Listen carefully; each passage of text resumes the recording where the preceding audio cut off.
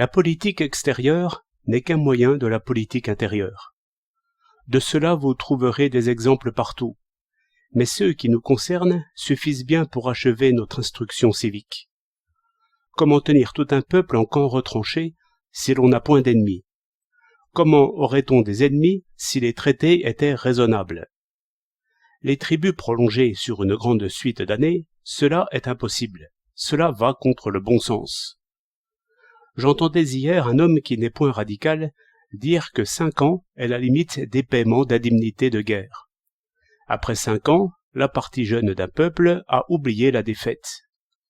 Le même homme disait que nous n'aurons pas la paix tant que le couloir de Danzig existera. Il avait raison, mais quand on a si aisément raison, cela prouve qu'on se trompe sur le problème véritable. Si l'on avait voulu tuer la guerre, ou disons simplement faire une paix durable, de tels règlements seraient absurdes. Mais si l'on a voulu protéger les privilégiés contre les risques de la paix, c'est-à-dire contre l'imminente République, de telles dispositions sont très rusées.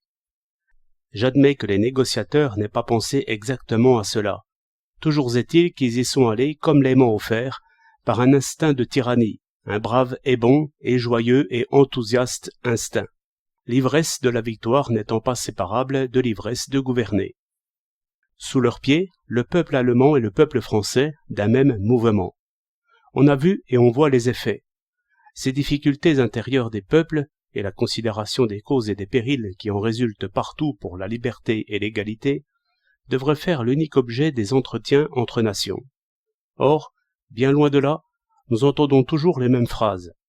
Soit que nos délégués ne veuillent pas en changer un mot, soit qu'ils ne le puissent pas. Et pour nous, c'est toujours la même perspective, c'est-à-dire la tyrannie exercée par les hauts subalternes qui, dans le système du camp retranché, sont nos vrais maîtres. À mon sens, nous n'avons qu'un problème politique à résoudre qui est d'empêcher que la France soit réduite au régime italien. Cela vaut la peine qu'on y pense, et que l'on vise juste.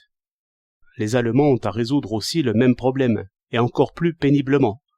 On parle d'une alliance franco-allemande, mais cette alliance est faite, et elle est double. Les privilégiés ici et là ont le même intérêt, qui est la menace de guerre. Les peuples ont ici et là le même intérêt, qui est la paix, le désarmement et le nettoyage intérieur. Chacun des peuples aide l'autre en s'aidant lui-même. Les parasites ne cesseront jamais de nous dire, et de bonne foi, car ils se croient utiles et de plus aimés, si vous voulez résoudre les problèmes intérieurs, regardez au dehors. Et nous ne cessons de dire, si vous voulez résoudre les problèmes extérieurs, regardez devant vos pieds. Délivrez-vous des tyrans et vous aurez la paix. On me dit qu'il faut alors détruire et remplacer le capitalisme. Je ne sais. C'est une entreprise qui dépasse mes vues. Et, au contraire, s'il s'agit seulement de destituer les riches de tout pouvoir politique, je vois très bien que l'entreprise est commencée, et se continuerait aisément si nous n'étions tenus sous la menace, et médusés par un régime de force extérieure qui suppose la violence intérieure. Toutes les fois qu'il apparaît que l'argent gouverne, l'opinion s'indigne. Et vous ne direz pourtant pas que le capitalisme a mené à son gré les dernières élections. S'il n'a pu cela, il ne peut rien.